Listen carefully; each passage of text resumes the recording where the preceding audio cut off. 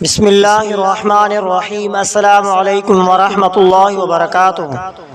معزز سامعین اکرام، آج میں آپ کے خدمت میں حاضر ہوا ہوں، ایک ایسا وظیفہ لے کر حاضر ہوا ہوں جو آپ نے ہمیشہ ایمانداری اور انصاف سے کاروبار کے بارے میں بتانے جا رہا ہوں۔ کاروبار کیا ہے؟ سچ بولنا، کاروبار قول میں کمی نہ کرنا، وعدہ کی پابندی، یہ سب آپ کی تجارتی اصول تھے۔ کاروبار میں برکت کا راز دیانت، سچائی اور عدل کو کاروبار کا بنیادی اصول بنائیں۔ تو معزز سامعین اکرام، کاروبار کے لیے آج میں آپ کو ایک اہم وظیفہ بتانے جا رہا ہوں۔ تو کاروبار کرنے سے صدقہ کو معمول بنائیں، کیونکہ صدقہ برکت لاتا ہے۔ اللہ تبارک و تعالیٰ کے نیک ناموں کا ورد کریں، جیسے یا رزاق یا وہاب۔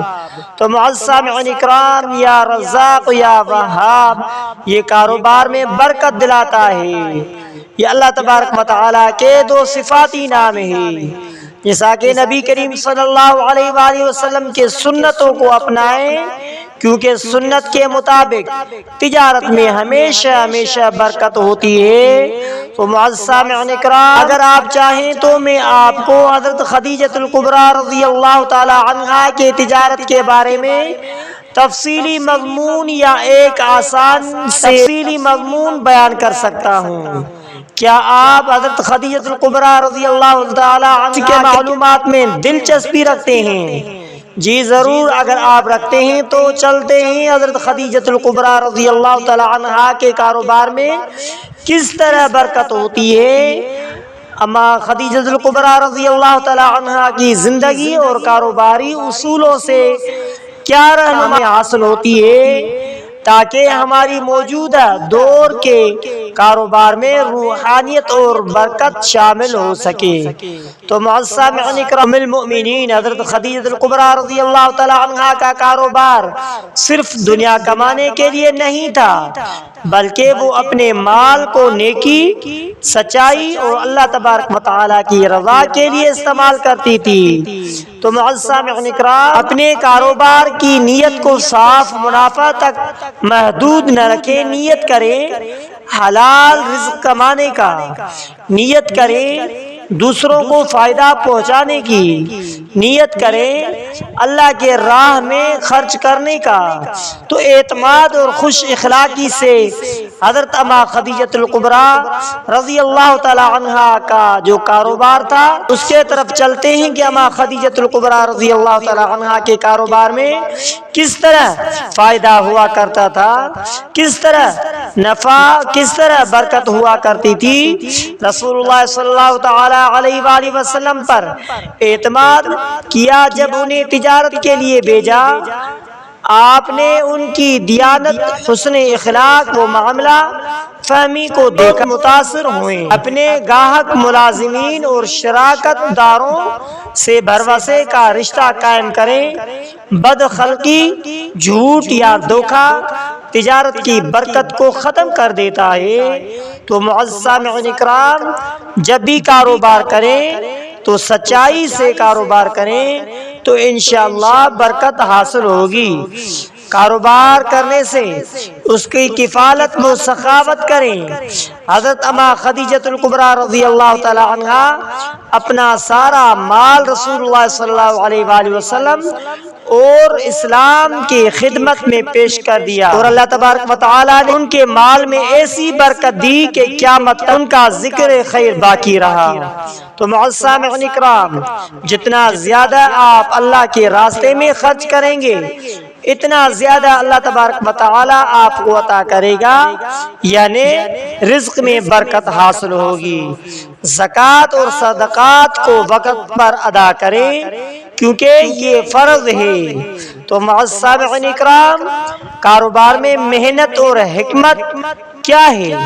شام و یمن تک آپ کا مال جاتا تھا، آپ نے محنت، منصوبہ بندی اور دیانتداری کو اپنا اصول بنا لیا، کاروبار میں سستی اور لاپرواہی نہ برتی، حکمت عملی، منصوبہ بندی اور جائز مارکیٹ ریسرچ کو نظر انداز نہ کریں، استحکام روحانی پہلو کو مضبوط رکھنے کے لیے صبح و شام کے اذکار ضرور کریں، جمعے کے دن سورہ کہف پڑھنا اور درود شریف کثرت سے پڑھنا بہت مفید ہوتا ہے۔ کاروبار کے برکت حاصل کرنے کے لیے نماز کی پابندی کریں، نماز سے کوئی بڑی برکت نہیں۔ تو معزز سامعین اکرام، اگر آپ کہیں تو میں کاروبار میں کامیابی کے اسلامی اصول پر ایک مختصر آپ کی رہنمائی کر سکتا ہوں۔ تو معزز سامعین اکرام، یہاں میں کاروبار کے برکت اور دیانتداری کے ایک عظیم واقعے کا ذکر کرتا ہوں جو نبی کریم صلی اللہ علیہ وآلہ وسلم کے جوانی کے زمانے سے ہے۔ یہ واقعہ حضرت خدیجہ الکبریٰ رضی اللہ تعالیٰ عنہا کے ساتھ آپ علیہ السلام کے پہلی تجارت سے متعلق، اور یہ آج کے ہر مسلمان تاجر کے لیے رہنمائی کا خزانہ ہے۔ تو معزز سامعین اکرام، نبی کریم صلی اللہ علیہ وآلہ وسلم کی پہلی تجارت، سفر اور دیانتداری، حضرت اما خدیجہ الکبریٰ رضی اللہ تعالی عنہا مکہ کی ایک نہایت معزز اور کامیاب تاجر تھی۔ انہوں نے جب نبی کریم صلی اللہ علیہ وآلہ وسلم کے سچائی، دیانت اور حسن اخلاق بارے میں سنا تو آپ کو اپنا مال تجارت کے لیے شام بھیجنے کا فیصلہ کیا، ساتھ میں میسر نامی غلام کو بھی بھیجا تاکہ نبی کریم صلی اللہ علیہ وآلہ وسلم کو معاملات کو دیکھے۔ جب آپ صلی اللہ علیہ وآلہ وسلم تجارت سے واپس آئے تو نفع پہلے سے کہیں زیادہ تھا۔ آپ نے راستے بھر میں نہایت دیانتداری، نرمی، خوش اخلاقی اور عدل و انصاف کے ساتھ لین دین کی۔ میسرہ نے حضرت خدیجہ الکبریٰ رضی اللہ تعالی عنہا کو بتایا کہ یہ نوجوان نبی کریم صلی اللہ علیہ وسلم نہایت باوقار، دیانتدار اور خدا ترس ہے۔ حضرت اما خدیجہ الکبریٰ رضی اللہ تعالی عنہا اس دیانتداری اور اخلاق سے اتنی متاثر ہوئی کہ بعد میں آپ صلی اللہ علیہ وسلم سے نکاح کی پیشکش کی، اور یہی نکاح اسلامی تاریخ کا پہلا اور بابرکت رشتہ بنا۔ تو معزز سامعین اکرام، کاروبار میں دیانتداری ضروری ہے۔ آپ صلی اللہ علیہ وآلہ وسلم کو صادق اور امین کا لقب اسی دیانتداری کے بنا پر ملا۔ تو معزز سامعین اکرام، اخلاق حسن تجارت میں نرم مزاجی، مسکراہٹ اور شفاف لین دین گاہک کو لوٹاتا ہے۔ تو معزز سامعین اکرام، معاملات میں شفافیت، جھوٹ، ملاوٹ یا دھوکہ دیر پا برکت نہیں لاتا۔ اللہ تبارک و تعالیٰ پر بھروسہ، نبی کریم صلی اللہ علیہ وسلم کا اللہ تبارک و تعالیٰ پر توکل برکت کا ذریعہ بنا۔ تو معزز سامعین اکرام، نبی کریم صلی اللہ علیہ وسلم اور صحابہ رضی اللہ عنہم اجمعین کے زندگیوں میں تجارت، برکت، دیانت اور سے متعلق کئی ایسی واقعات موجود ہیں جو نہ صرف روحانی بلکہ عملی بھی فراہم کرتے ہیں۔